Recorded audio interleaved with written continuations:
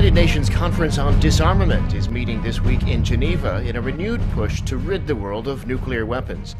It's been over 20 years since the conference has been able to agree on anything, but UN Secretary General Antonio Guterres called on the international community to work together and try and make progress. North Korea, though, is defiant as ever. Won Jung-hwan reports. Diplomats from both South and North Korea addressed the UN Conference on Disarmament on Tuesday.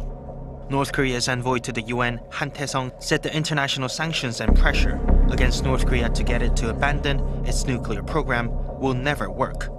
Han also said plans by South Korea and the United States to resume their joint military exercises will be a setback for inter-Korean relations, which have improved since the Olympic Games in Pyeongchang. And Han urged the Trump administration to stop what he called its provocations. Stop all provocations that escalate tension, including deployment of nuclear assets around Korean Peninsula. Second, completely stop the joint military exercises, which is key factor that undermines regional peace and security.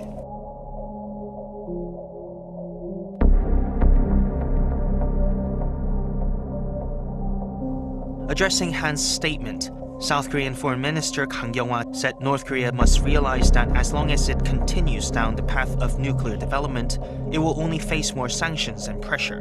But Kang also said the sanctions on North Korea are not aimed at toppling the regime, but pressuring it to abandon its nuclear ambitions. Sanctions are not an end in themselves and are not meant to bring down North Korea, but to make it understand that its future lies not in nuclear weapons, but in working with the global community towards denuclearization. South Korean Foreign Minister called on the international community to faithfully implement the sanctions on the North. But she also said that if Pyongyang makes the right decision, Seoul will be ready to work towards a brighter and prosperous future. Meanwhile, U.S. Disarmament Ambassador Robert Wood was adamant that Washington will never recognize North Korea as a nuclear weapons state. He said North Korea needs to drop that as a demand and respond to calls for it to halt its banned weapons programs. South Korea would like to see its current thaw in ties with North Korea lead to dialogue between Pyongyang and Washington. However, the US says any such talks will only be possible under the right conditions, that is, on the principle of denuclearization. President Trump called out his predecessors in Washington for slow progress on North Korea, while signaling the U.S. may be willing to talk with the regime. They want to talk. And we want to talk also only under the right conditions. Otherwise, we're not talking. You know, they've been talking for 25 years. Other presidents should have solved this problem long before I got here. And they've been talking for 25 years. And you know what happened? Nothing. With the Winter Olympics in Pyeongchang now finished, all eyes are again refocusing on the North Korean nuclear threat. New sanctions announced Friday target individuals and companies in an effort to deter the North Korean regime's long-range missile development programs. Just back from the Olympics closing ceremony overseas, White House Press Secretary Sarah Huckabee Sanders reiterated the administration's priorities. Let us be completely clear. Denuclearization must be the result of any dialogue with North Korea. Until then, the United States and the world must continue to make it known that North Korea's nuclear and missile programs are a dead end. Tensions spiked late last year, with Trump referring to the North Korean leader as Rocket Man during a UN speech in September. Kim Jong-un hit back, calling the president's Asia trip in November, quote, a warmonger's visit. How close North Korea is from successfully launching a nuclear attack remains an open question, analysts say. The one thing that's a little different from the beginning of this year is that North Korea has not continued testing. So this is something to watch closely. Do they resume testing? If they do resume testing, then I think we're back to business as usual, unfortunately. Despite warnings from the North, South Korea and the U.S. are scheduled to hold joint military exercises later this spring.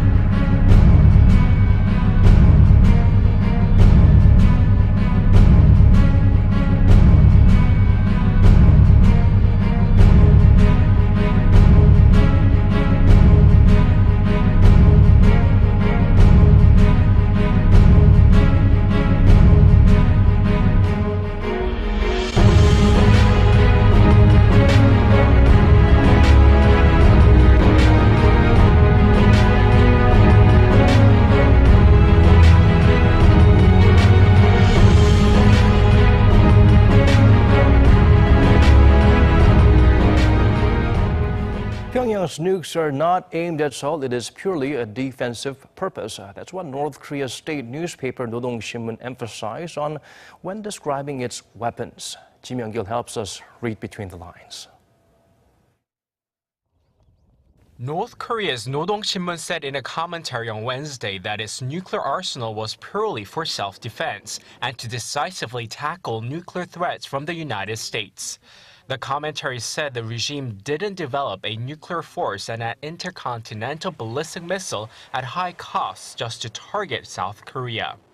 The publication also said the U.S. was the aggressor, criticizing Washington for saying that the North nukes were meant to be used for reunifying the two Koreas through war. The commentary even noted that there were voices in South Korea claiming that the North's nuclear weapons were a strategic asset to safeguard security on the Korean peninsula. It criticized the U.S. for being recklessly paranoid about war and disturbing the reconciliation and unity of the two Koreas.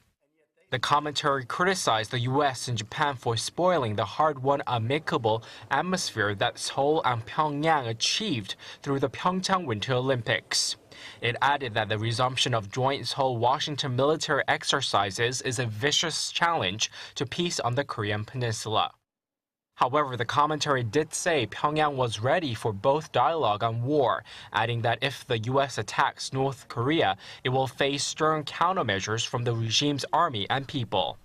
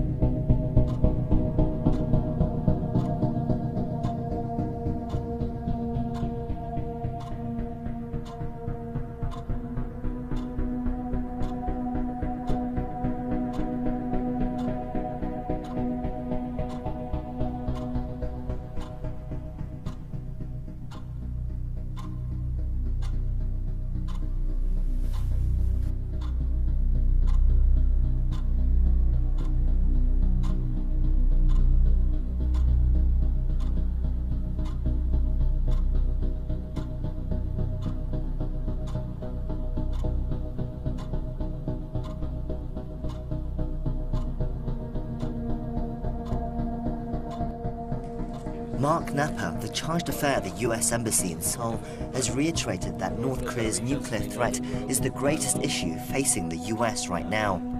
However, speaking to the South Korean press on Wednesday, Napper said that the U.S. remains open to talks with the regime, but only if Pyongyang shows a willingness and sincere attitude towards the idea of denuclearization. I think we've seen enough times in the past that the North has used dialogue with us, with South Korea and others, to continue to buy time to pursue its programs of nuclear and missiles development. As President Trump and President Moon have both said, we don't want to repeat the same mistakes as the past.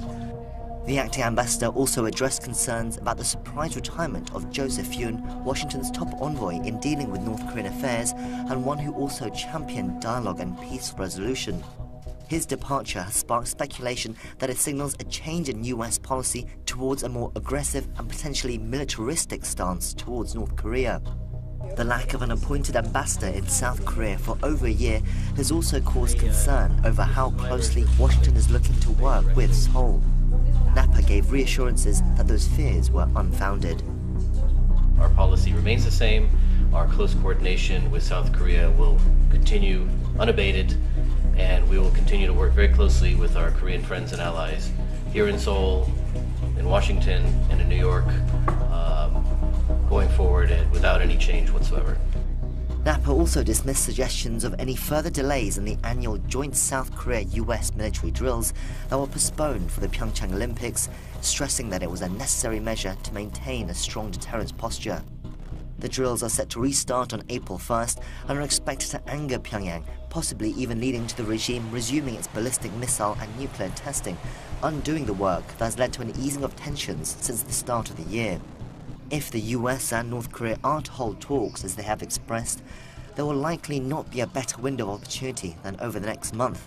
but whether either side will soften its stance enough in time for the talks to happen remains unclear. He's helping us.